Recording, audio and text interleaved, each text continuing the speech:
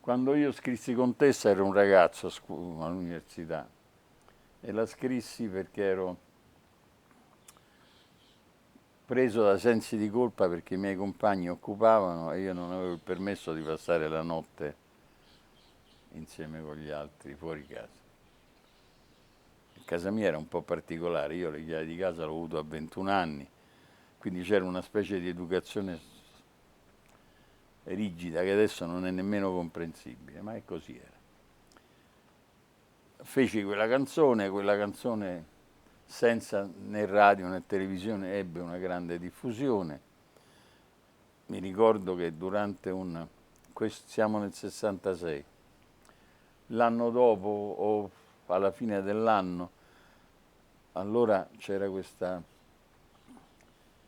modo di condividere molte cose, questa specie di allargare le esperienze personali nel confronto con gli altri. Insomma, si fece una manifestazione a Pisa e io andai a Pisa a fare questa manifestazione. Facevo la manifestazione, mi ricordo, lungo i Lungarni e a un certo punto queste migliaia di studenti cominciarono a cantare Contessa. E questa cosa fu per me emozionante perché io non avevo capito, non sapevo e non potevo sapere come la diffusione orale, cioè di bocca in bocca di una canzone, potesse ancora avvenire in modo così capillare e così grande. Per cui mi tirai fuori dal corteo e mi ricordo che mi commossi a vedere tutti questi ragazzi come me, che passavano e cantavano quella canzone che avevo scritto pochi mesi prima. C'erano dei miei amici, questi miei amici non in quella manifestazione, ma in generale nella mia vita, sostenevano che io avessi delle capacità di scrivere queste cose grazie anche a Federico Zeri. E durante una presentazione, uno spettacolo fatto alla Libreria Rinascita a Roma del nuovo canzone italiano, io andai a questa conferenza, a questo spettacolo, e i miei amici poi chiesero a che era Michele Straniero, che era uno di questi che lavoravano al nuovo canzone italiano, chiesero se poteva sentirmi e registrare qualche mia canzone, che è una cosa che non va mai fatta perché questi sono stanchi dello spettacolo. Comunque lui mi registrò, ma poi si perse il nastro. E quindi di questa cosa non si hanno notizie.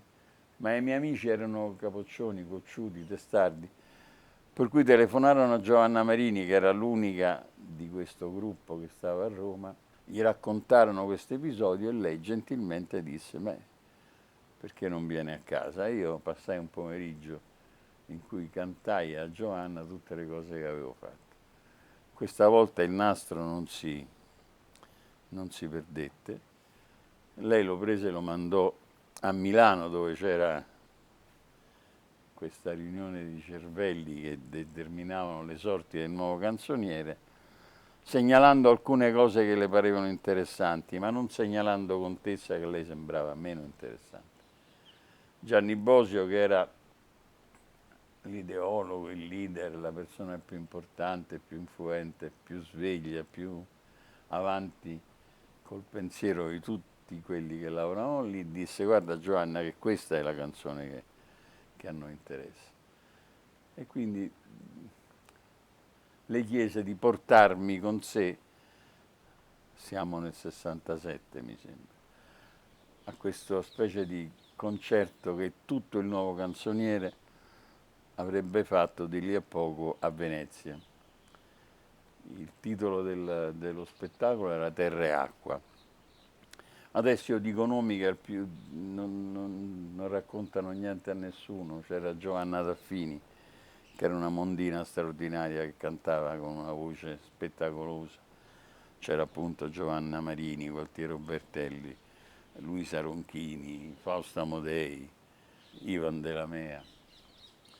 Insomma, io montai in treno con queste valigie che accuratamente aveva fatto mia madre per mandarmi a Venezia, ma non considerando il fatto che valigie a Venezia si possono portare poco perché pesano e queste valigie tutte bene organizzate, anche belle valigie, furono oggetto dello scherno di tutti questi miei futuri amici del Nuovo Canzoniere. Comunque su questo treno che andava a Venezia, a Bologna salì su Ivan della Mea e mi fu particolarmente antipatico perché fece un sacco di